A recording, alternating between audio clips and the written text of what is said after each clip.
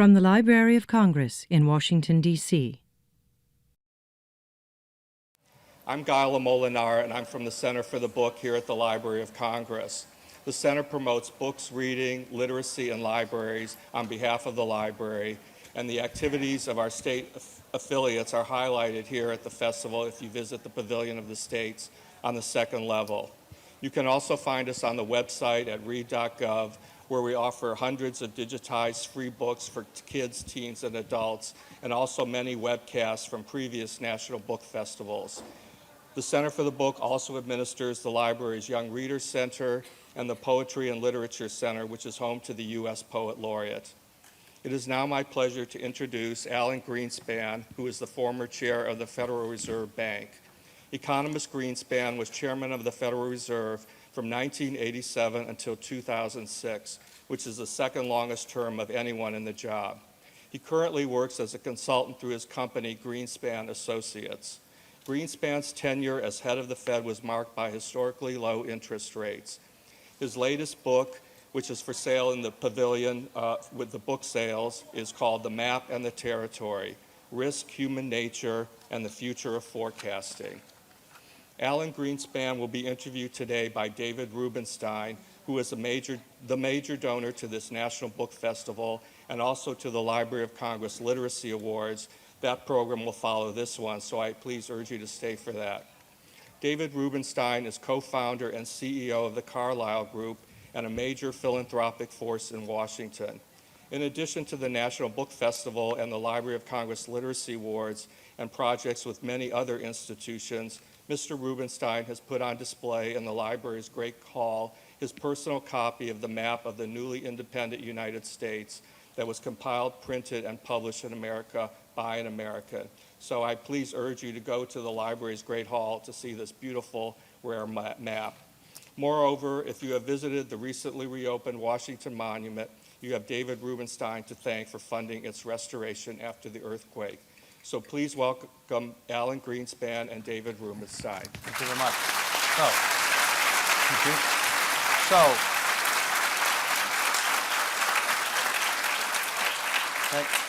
How many people here want to know where the economy is going? How come that's what you think? All right, well, that's what we're going to do. We've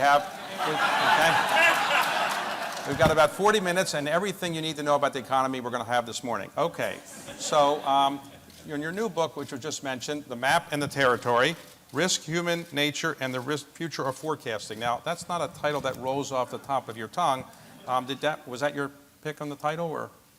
No comment. No comment. Okay. I would think Alan Greenspan, Economics 101 would have been better, but this is a good title, and it's a very good book, and I finished reading it, and I would like to ask you a few questions about it. But before we get into the book and some of the things you say there, I'd just like to ask you, what is your view on the economy? Right now, is the economy getting better? Is it slowing down? Are we going to have a recession? Any great recessions? Where do you think the economy is going? Well, I think the data at this particular time indicate that the economy is recovering and is likely to continue to recover for a while. The problem basically is that almost all of the action occurring is a consequence of the extraordinary rise in stock prices. And the stock prices themselves are far more important for economic activity than I think any of us really understand. It spills over into all asset type instruments. For example, it's affecting the issue of the cap rate in real estate, meaning real estate prices, even though construction in real estate is dead in the water, are rising significantly. And so the point here I'm trying to make is that what we have to thank for the modest recovery that we're getting is the rise in stock prices, which in turn is the result of the Federal Reserve's very heavy purchases of bonds, mainly U.S. Treasury bonds and mortgage-backed securities. That in turn lowers interest rates across the board and price-earnings ratios in stocks up. All right. In light of what you've said, where do you invest your money to take advantage of what you know? Now, when you were the chairman of the Fed, you could only buy Treasury bills, I guess, right? Correct. So now that you can do other things, private equity or something more important than that, or any? Well, I try to find out what Carlyle is doing, Okay. and then we'll do. So, well, let me ask you, today, many people think, as you've indicated, interest rates are very low. Can you give us any guess when you think they might actually come back up again? Yeah, I suspect you're going to find that interest rates are going to be moving higher sooner than later. Sooner than later, like sooner this year or maybe Well, next year? It's hard to say, largely because we're in an area where we have never been before. And there are lots of people, in fact, I do not know an economist whom you can ask that question who won't give you an answer. Okay. The only problem is he doesn't know. Now, you worked, in your career, you were a clarinetist before you became an economist. You were a clarinetist when you were in high school, you played professionally, and then you went back and got your college degree, summa cum laude from NYU. Why did you give up the clarinet for economics? Well, I was a very good amateur, clarinet, saxophone, flute, bass clarinet, and I turned out to be a rather average professional. And I was acutely aware, I don't know how many people in the audience would remember Stan Getz, but I used to sit next to Stan Getz, who became a very famous tenor saxophone player. And I said, I can never match what this kid is doing. I was a kid myself, of course. And I said, I'm in the wrong profession. And so I went back to college, got a bunch of degrees, and lo and behold, I became an economist. Okay. So you built, after you graduated from college, you became a professional economic consultant. You joined a firm that was called Townsend and Company, then you became Townsend Greenspan. And then ultimately you were recruited by President Nixon to come in as the head of the Council of Economic Advisors, but then before you kind of actually showed up, he resigned. So, is that right? I assume there's cause and effect there. Right. So maybe it could have been. Who knows? So you're telling everybody you're going to go down to Washington, and then the president resigned. So what did you do? I waited until Gerald Ford renominated me. Okay. So No, that's what happens when you leave office as president. Pending nominations lapse, and your successor then can either decide to reinstate them or to have wholly different ones. okay. So you worked for Ford as you were the 10th chairman of the Council of Economic Advisors. You did that for a couple years, and then you left office when Ford was defeated by Jimmy Carter, and then you came back later as the 13th chairman of the Federal Reserve Board. So, and you worked for there for President Reagan nominated you. Then you served under George Bush, you served under Bill Clinton and George W. Bush. And you worked for Gerald Ford, and you've also advised some other presidents. Who was the smartest president you ever worked for? I would say basically the smartest two presidents were actually Bill Clinton and Richard Nixon. Now, there were a few things wrong with Richard Nixon. Right.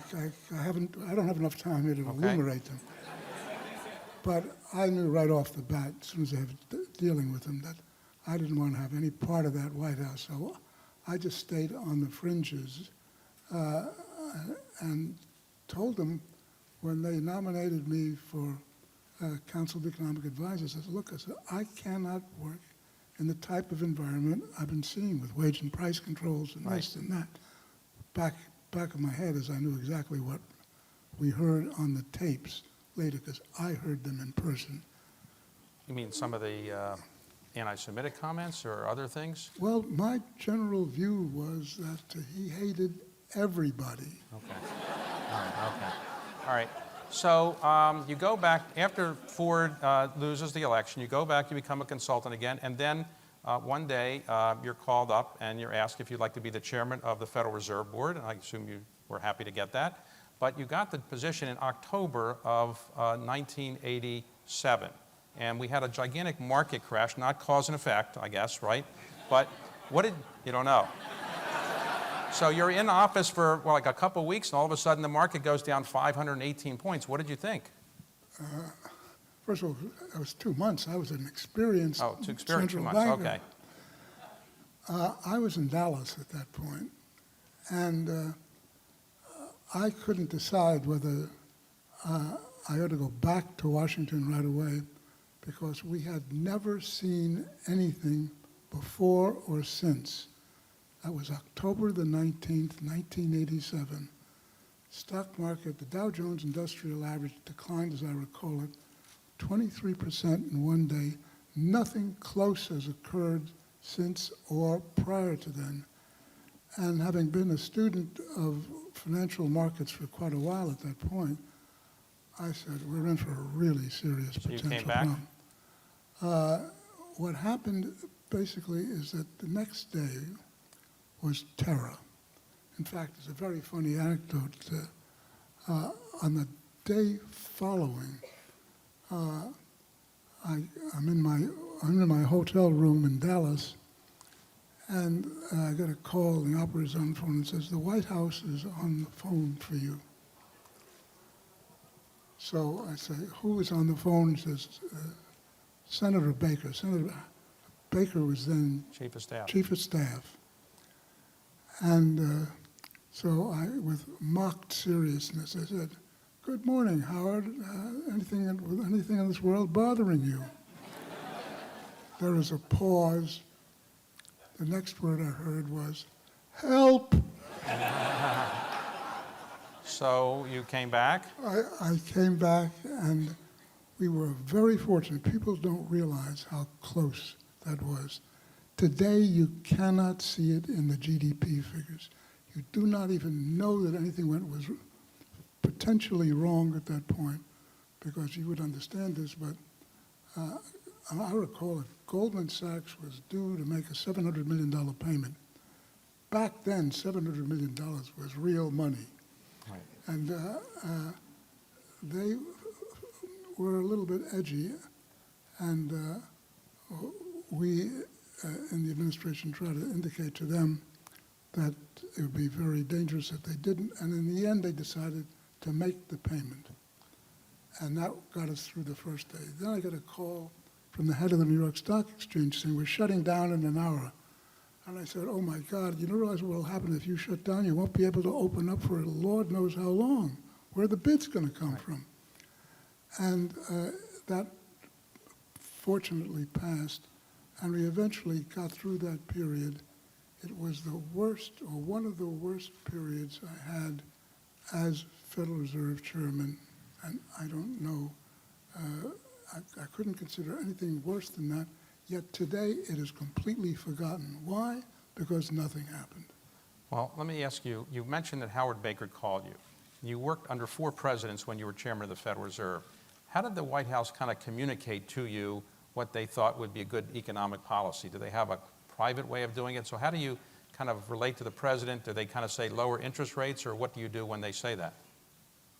Well, first of all, the Federal Reserve is an independent agency. The President of the United States has no control except in the nomination process of governors. And I must say that most presidents never said anything about what they thought Federal Reserve policy would be. There were one or two who... Who were they? Memory fails me. Okay. So they don't interfere, and that's a good thing, you would say. Let me ask you this. When you were chairman of the Federal Reserve, it was said that you came up with your best ideas in the bathtub, that you had a bad back, and so to get your back feeling better, in the morning you would take a bath and you would come up with good ideas, and then the staff would see the notes with little watermarks on it. Is that true? It's not only true, but it continues to this day. Okay, all right. So, and it was also said that when you came to the office with a full briefcase, it meant something different than when you had a thin briefcase. What was the truth about that? That was a fabrication by the press, who look for all sorts of peculiar things as to the signal as to what the Federal Reserve is going to do. And so they came up with this thing of when I would be marching to my office, which for a block and a half I'd walk into the office, and they would say, "Well, we can tell whether or not rates are going up or down by how thick my briefcase was, how loaded it was. And I said once at the end of all of this nonsense, I said, I hesitated to inform you that the reason it was fat or thin is whether or not I packed sandwiches for lunch and stuck it in. So you served 19 years as chairman of the Fed, very long time. Obviously, you must have learned a fair bit. If you had the position today, what would you say you have learned, during your time as chairman of the Fed or since then that you would do differently today? Was there anything you would do differently today based on the experience you've had at the Fed or since you left the Fed? Yeah, something very important, and that is the nature of bubbles, which back in the early years of my tenure that we just called booms and busts. We never had enough of them to get a fix on what makes them tick. What I learned going through not only my tenure, but also beyond my tenure and into the crisis of September 15th, 2008. And it turns out that by definition, all bubbles burst. But not all bubbles are toxic. For example, the dot-com boom was a huge bubble, and it collapsed. There's virtually no impact on the economy. Similarly, the subprime mortgage bubble was precisely the opposite, as was 1929. And so we have these few observations, but most recently what we've learned is, one, a necessary and sufficient condition for a bubble is a prolonged period of tranquil, calm economic environment. But whether or not the ultimate collapse, and they all collapse, as I said, by definition, they don't collapse, they're not a bubble. But if they collapse in the context of the owners of the toxic assets, for example, stocks in 2000 and subprime mortgages in 2008, you get two very fundamentally different results. Basically, stocks are held mainly by non-leveraged, that is, non-debt burdened types of institutions. Pension funds, even households, mutual funds, so that there's a huge loss that occurs when the markets collapse, but there are no secondary, what we call serial contagions. Because they're not borrowing money they have to pay back. Precisely. Right. And the fact that they don't have to pay it back is the result of that it is debt. If it is not debt, Okay. there's no All right, obligation. so where do can you mention a few bubbles that you think are around today that maybe we should avoid, or? The issue of the crucial nature of what we've been going through the last 5 years is scarcely a state of excess euphoria. We've had 5 years of what I would say is false dawn recoveries, and that's what bothers me about the current one, is whether or not we've got enough momentum to get out of this. But it's not clear to me that it is, and this is the reason why, as I explain in the map in the territory in some detail, what it is we're dealing with here, which is a very complex issue of human psychology, and most importantly, it is the issue of uncertainty, which is engendered by a lot of forces, both political and otherwise, and I explain that in the book in detail. Now, when you became chairman of the Fed, as we mentioned, 1987, your predecessor was Paul Volcker. And then you left, and then your successor was Ben Bernanke. Did Paul Volcker ever call you up and say, I got some advice for you, here's how you should do things differently? Or did you ever call up Ben Bernanke and say, I got some good ideas for you? Or you don't ever talk to each other once you leave the Fed? Is that how it works? The answer is yes and no. We talk to each other, social engagements. But there's an unspoken edict, amongst Federal Reserve chairmen that you never comment upon or evaluate what your successors do. For 18 and a half years, Paul Volcker never once called me up and said, you got it wrong, you're doing this or that. And I very much appreciated that. I mean, I thought my initial purpose when I arrived at the Fed is to basically maintain the degree of suppression of inflation which Volcker managed to wring out of the economy at a very crucial time. So the thing that I'm proudest about as my Fed tenure was actually following Volcker's action and maintaining what was an extraordinarily non-inflationary environment. So you haven't called Ben Bernanke to give him advice, or you didn't. But now that he's not the chairman of the Fed, can you now comment on how he did? No. Okay. And you wouldn't call Janet Yellen and tell her when to increase interest rates or anything? You wouldn't do that? No. No. Okay. However, I must say, both are very close friends, and I see them quite often, but in non-policy making environments. Okay. So you met a lot of foreign leaders as well in your tenure as chairman of the Fed and after that. Are there any foreign leaders of foreign countries that you would like to mention as particularly impressive, or ones that you think were not particularly impressive? Well, Gordon Brown, who was, as you know, Prime Minister of Britain, but before that, Chancellor, he didn't make, he had a lot of political problems as Prime Minister, but as Chancellor, he was superb in the sense that by statute, the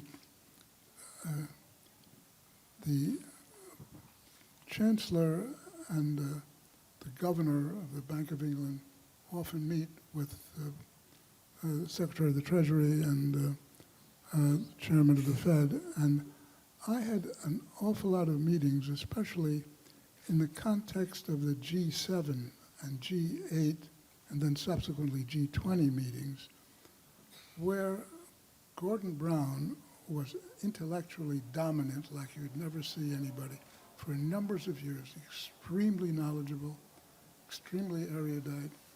He didn't have the sensitive political touch that Tony Blair, for example, had.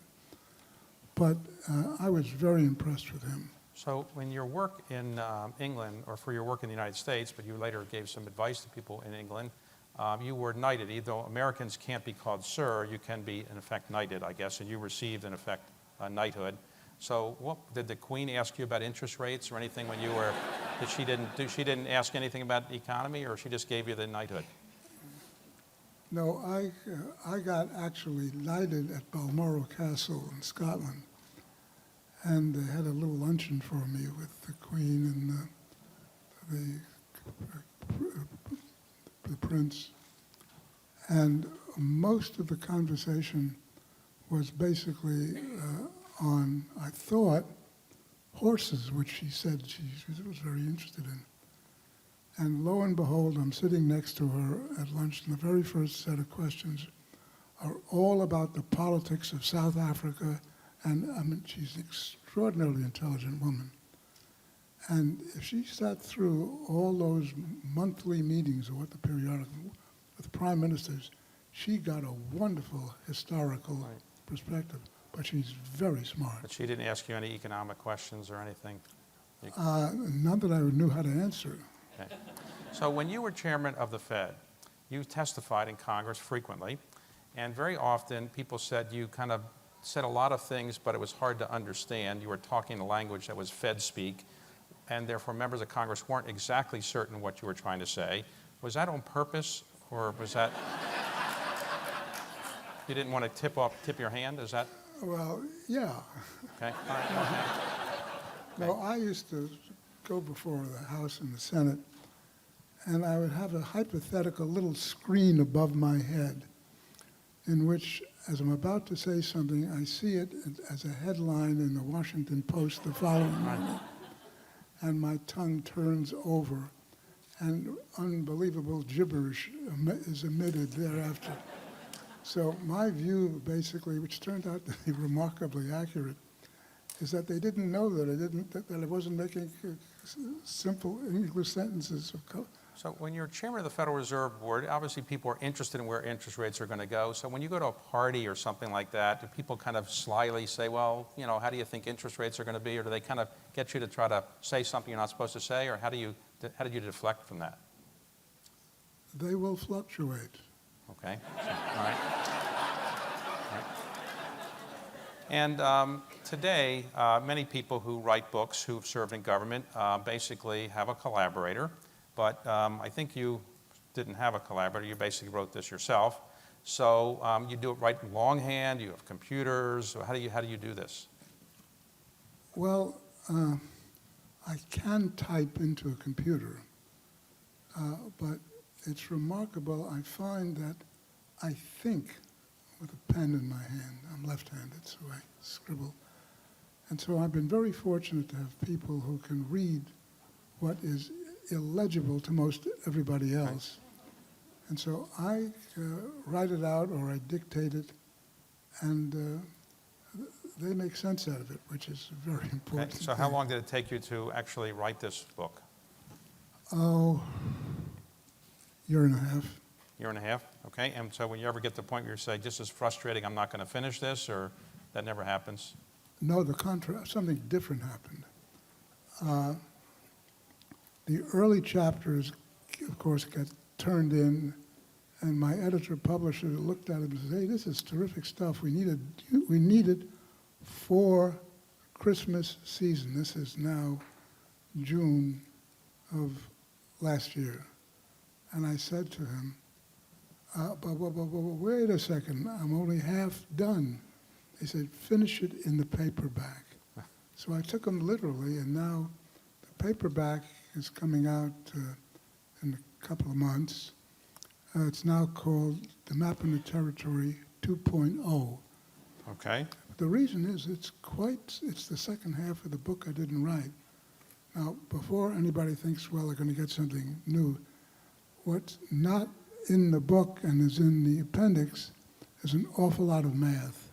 So I wouldn't suggest that the average reader read it, because even though I endeavored in this book, or in the paperback, as I did in this book, to have a narrative which flows independently of the mathematical proofs. But your publisher wouldn't agree that people shouldn't read it. So your publisher would say they should read this book first and then get the other book when the paper book comes out, right? Correct. Get both. Okay. So, and when you are at the Federal Reserve, you're chairman of the Federal Reserve Board, is it always a problem to get a consensus in the Fed, or when the chairman of the Fed says, this is what we're going to do, everybody falls in line? Remember that by statute, each member of the Federal Reserve Board has one vote. 7 members each have a vote. The chairman has only the authority to put the initial agenda for the meeting on the table, but that can be very readily overridden by a majority of vote. But that never happened when you were... It never happened, and one of the reasons, basically, is that I was always aware of where each of the members stood with respect to policy, and not necessarily concurrently, but if you listen very closely to the form of the debate that's going on in the previous meeting, Right. You can be pretty well sure, granted what the data are since that time, where they will be. And so I never got to the point where I was making the initial suggestions of policy which deviated from where I believed the mass of the Right. Open Market Committee was. You were chairman of the Fed. You had a man on the Fed named Ben Bernanke. Did you ever say, this guy's a comer, he could actually get somewhere? Was it clear to you he might be chairman of the Fed someday? Not that, but I often consulted with him on issues which he knew more about than I did. Okay, so final question I'd like to ask you is, you've written 2 books since you left, maybe 2.5 you could say, paperback. So The Age of Turbulence, which was your first book, and then this one. Do you have another book that you're thinking of writing, or what would you like to do in terms of communicating your views in the future? Well, I can't imagine being at a book festival and saying I'm not going to write another book. That's the right answer. All right, so everybody should buy this book and then wait for your next one, right? Right. Okay, thank you very much for a great job. Thank you. Thank you. Appreciate it. Thank you. This has been a presentation of the Library of Congress. Visit us at loc.gov.